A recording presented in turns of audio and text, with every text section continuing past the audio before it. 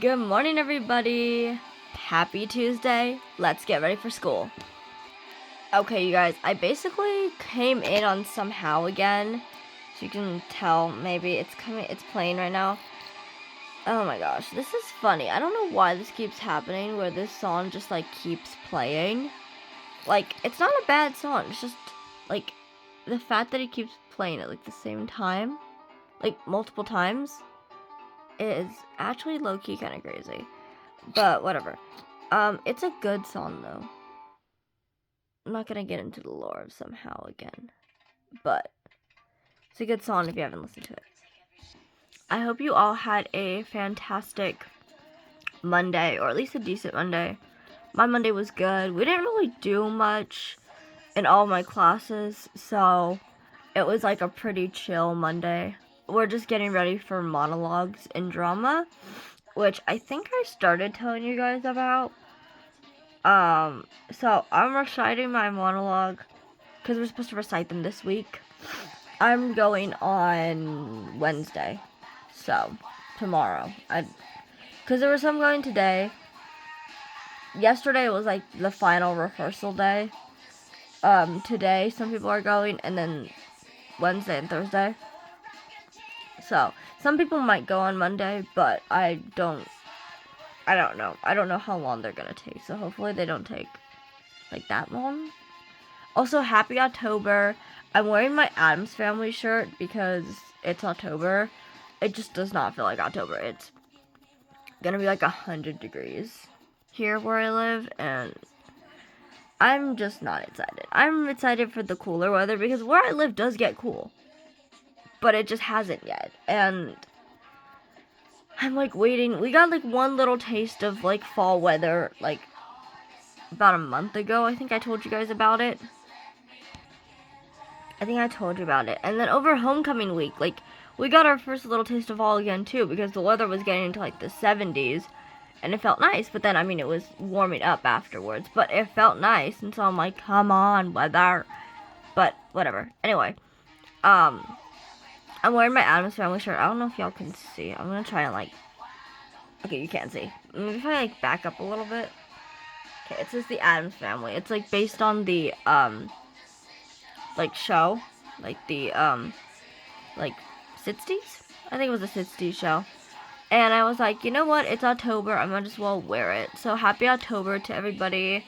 This month is actually going to be a little bit more busy for me, which is exciting because I feel like I don't do anything at all ever. So, I'm excited for October to be a little bit more exciting. And we now have 25 days until Nonstop Flight comes out. So, I'm excited. Yeah. Okay, so y'all know how, after Quiet on Set, people were watching, some of their, favorite shows or whatever, they were as a childhood. Favorite shows from their childhood, they did as a child. And they were like, oh, well, this kind of, ruins my childhood. And, they were having, their own, well, this ruins my childhood moment. Well, so I kind of had my own the other day. And it's interesting. Well, it happened when I watched Quiet on Set. But I just remembered it, yesterday. So, after Quiet on Set, I can't remember if it was mentioned in the episode, or if somehow we just found out. And then that's how we found out. I think we just found out somehow. So, when I was a kid, I used to watch Good Burger so many times. That movie was on, lived in my head rent free. It was on repeat all time. I was gonna say all day, every day, but it wasn't that bad. But I watched it a good 3 or 4 or 5 times when I was a kid.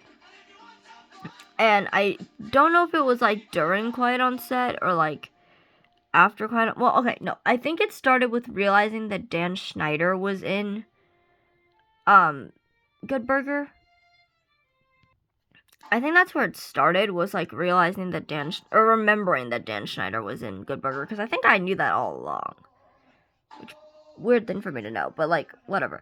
I'm pretty sure I knew that all along. But then I did a little bit of research, and found out that He Who Shall Not Be Named was in Good Burger.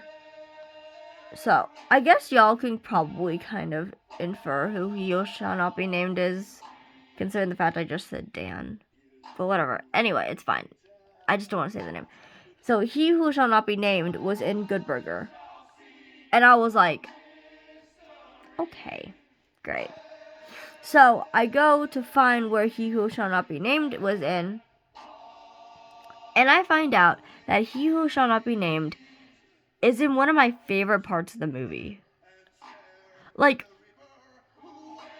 how did this happen? So, yeah, that's cute.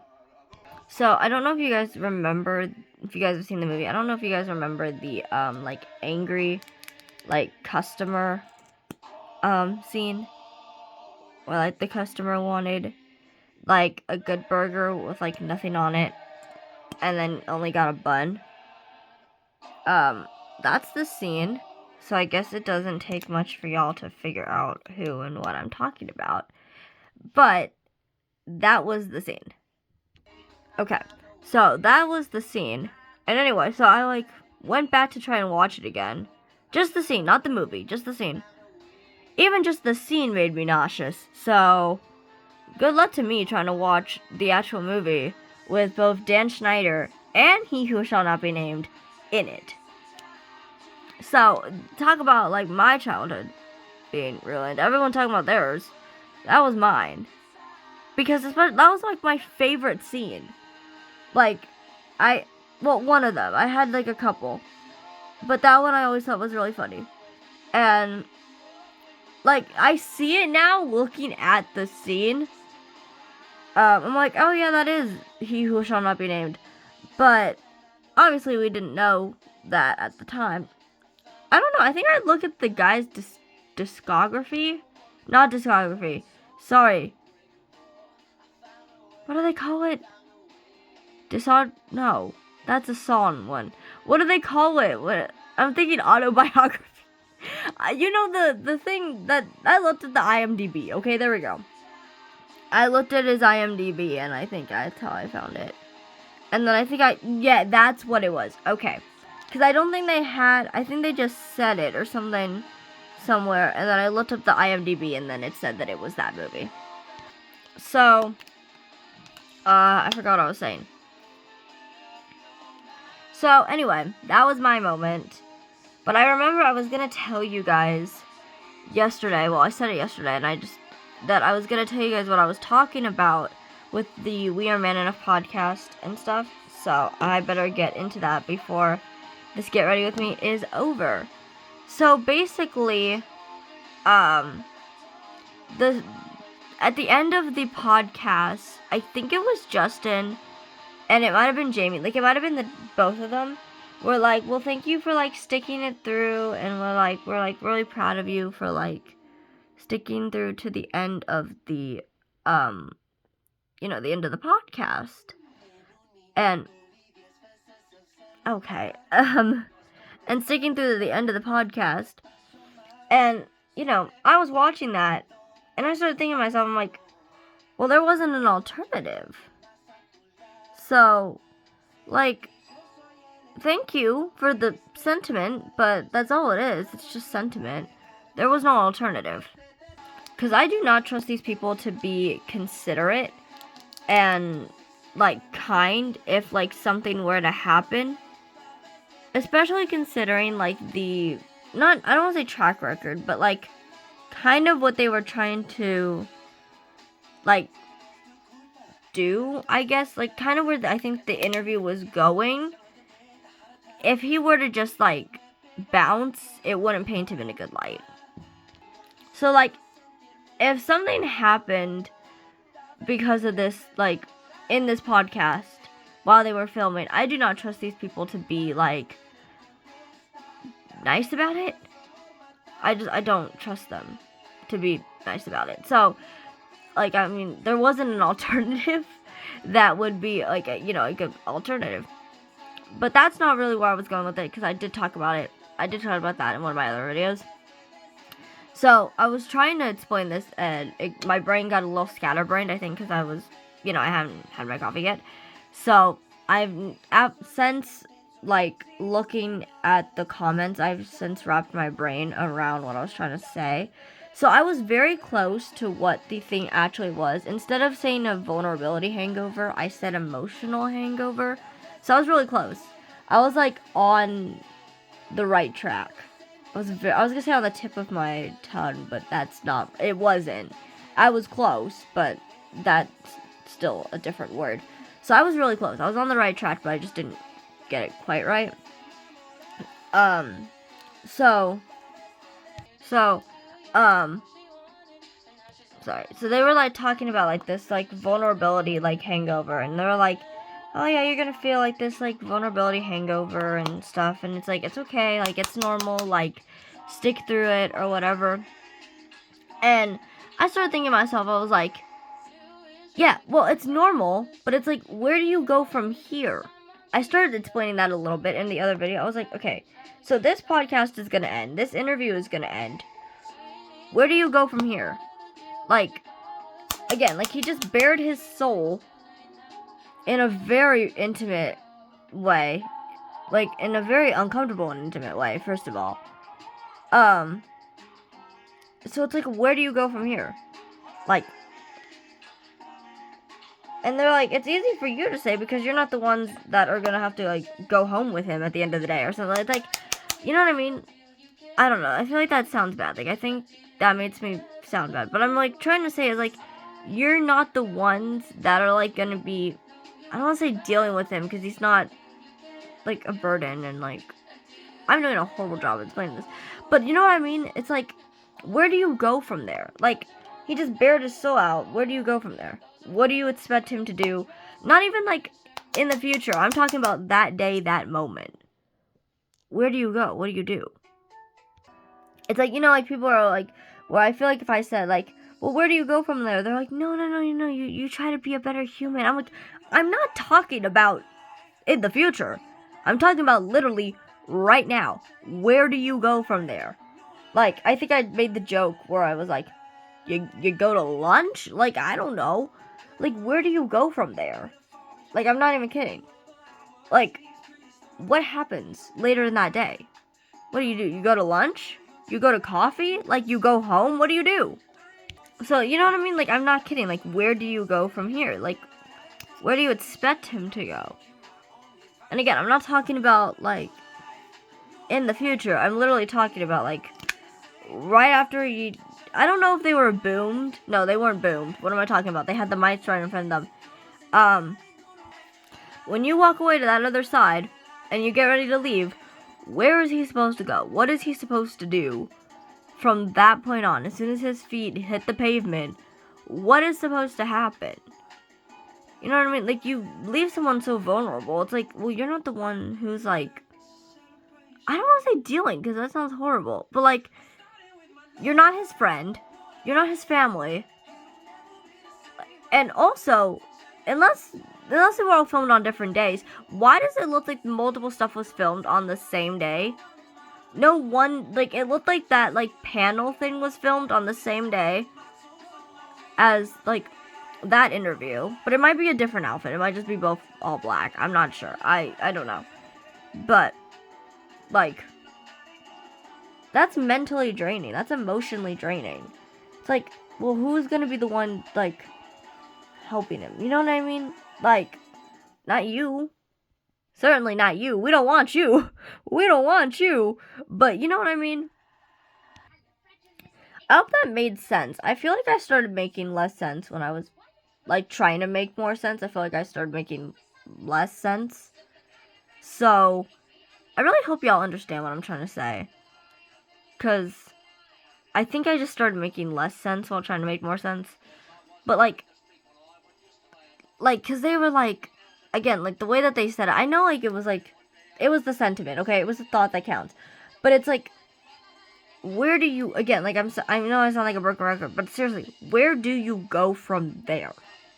Like, because, see, the thing is, like, we don't know even the tip of the iceberg.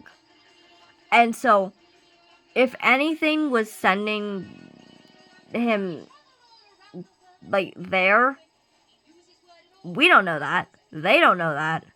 I don't think it's not theirs to know. It's not ours to know. There's only, like, probably very few people who will know. And I'm assuming that the people who would be there to help are going to be also the ones who know. I don't know.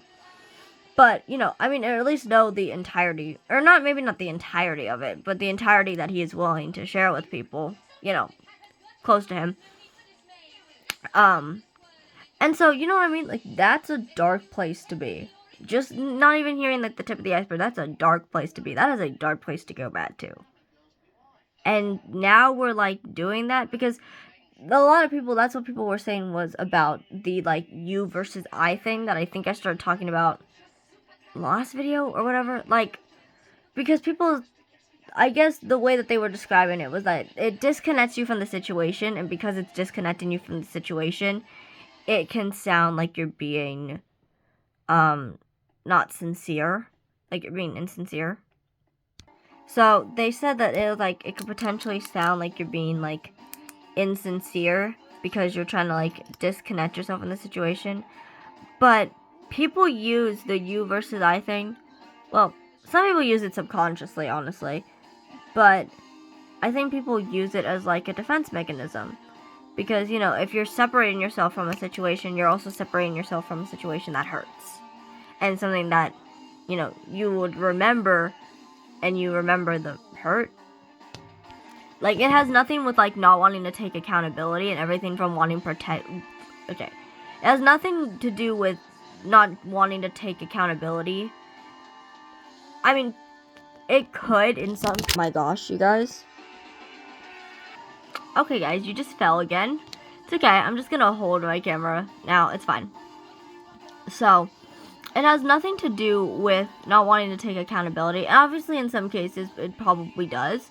But I don't think that this is the particular case. I think there's a lot more that was going on in here that we don't know and we couldn't comprehend or we couldn't understand, because understanding where someone's mind is going is something I don't think we have a study of yet. I don't think we have a study of like that. But whatever. It has everything to do with trying to protect the self. Because typically we try to protect ourselves, and especially from past hurts and past traumas, we protect ourselves. We, like, if we think we're gonna get hurt again, we flinch. You know, if something happens, if something comes near us, we're probably gonna flinch. And it's like an initial response. It's part of also trying to save ourselves. So that's kind of like what I see this as, is like more trying to, like, protect himself. It's a disconnect because it's a defense mechanism. Because there's probably a lot more going on in here than we know and can understand. And so that's why I'm like I'm wary of, like, the approach, because the thing is we don't know the full story. We don't. And it's not ours to know. So I think that's, like, you know, and so there's a lot that had to have gone into Drake, you know, talking about his hurt and the trauma. So I think what I'm ultimately trying to say is, like, they're not the ones that have to deal with the aftermath. Like, I guess is what I'm trying to say. That sounds horrible, but I guess that is kind of what I'm trying to say. Like, they're not the ones who have to deal with the aftermath. Because it's the truth. They're not. At the end of the day, it's the ones closest to Drake that have to, like, deal with the aftermath. And, like, it's not even dealing with the aftermath. It's like, I mean, because that makes it sound bad. I don't know. I have no other way to say that, I guess. I mean, obviously you're gonna do it with, like, loving care. But it's like, again, like I said, where do you go from there? Like, what do you do? What do you do? Do you go get lunch? You go get coffee? You go get food? Like, You go home. You certainly don't go home alone. No. You'd be a dumb friend if you were like, okay, you did that and then you just left your friend alone. God, you'd be a stupid friend. I'm sorry. Maybe that's just my opinion. But that would be a stupid idea. If, like, you do that and then, like, your friend is, like, the one that just, like, bared their soul. And then you're like, okay, Timmy, I'm gonna leave you. Like, if you just left your friend alone, especially at home, not surrounded by people, you are a dumb friend. Like, that's, like, because, like, I don't know if you know how, like, they're gonna react, or if it's gonna, like, turn into something bigger, especially after when you're in a, like, a safer location. I don't know. You know what I mean? I don't know. I think I just did a terrible job of explaining that. So, I don't know if that made any sense at all, but, you know what I mean? Like, obviously, if you're, like, a friend to someone, you're gonna be willing to, like, take care of them, or willing to help them out, I would assume. But you shouldn't have to. Well, no, not that you shouldn't have to. I mean, like, someone shouldn't get someone so worked up for it to be, like, a problem or for it to be, like, a thing for someone else. God, this is making me sound like he's a problem. I'm doing a terrible job. Okay, you could disregard this entire video. What I'm saying is, where do you go from there, is what I mean. It's like, you make him, like, bare his soul out, and then you're not even the ones that are going to have to help him in the next 30 minutes, or however long, I don't know. Where do you go from there, is basically what I'm trying to say. Like, you're not the ones that are going to be helping him. You're not the ones that are going home with him. So, I think that's what I mean. It's like, you're not the ones who are going home with him. Like, there's the sentiment's there, but at the end of the day, it's like, you're not the one that's going home with him. You're not the one that's, like, seeing him when he's alone. I think that's what I meant. Okay, first setting spray. Okay, I kind of have to hurry up, so second setting spray, and then I'm going to do lashes, and I'll be right back. Okay, so I also did lips and lashes, and this is the final look. I will see you guys in the next one. I hope you have a great day. Have a blessed day. Jesus loves you. I love you, and I will see you all in the next one. Bye, guys.